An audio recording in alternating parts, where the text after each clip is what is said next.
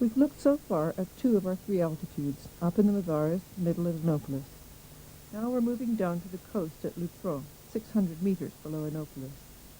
This peninsula has the only winter harbor on the south coast of Crete, so it's not surprising to find prehistoric activity here. The dominant phase, though, is the Roman period, with a number of standing buildings like these houses.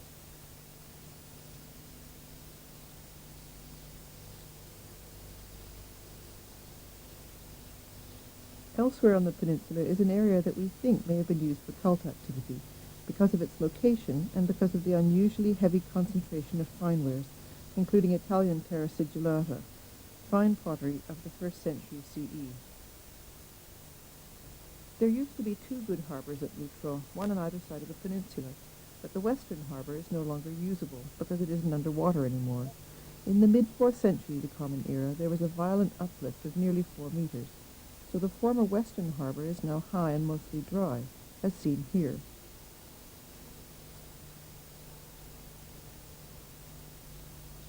There's other evidence for the uplift, pairs of wave notches, where the upper notch represents the old sea level. The uplift also affected people directly by tearing buildings apart and sending masonry tumbling down the slopes of the peninsula.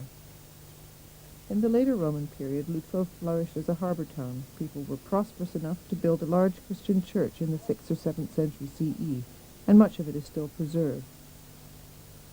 Later still, the deep harbor on the east was important to the Venetians, who built an arsenal and a small church at Lutro.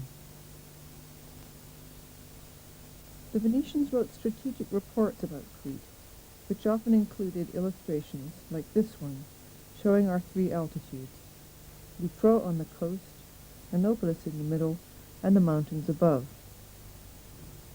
In the mid-19th century, the Turks made a final attempt to control Sphakia by building forts like this one in the center of the peninsula at Lutro.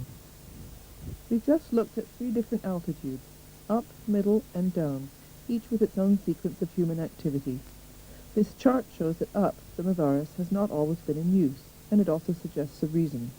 The Mazares go out of use temporarily in the Roman period when the city on the Anopolis Bridge is deserted.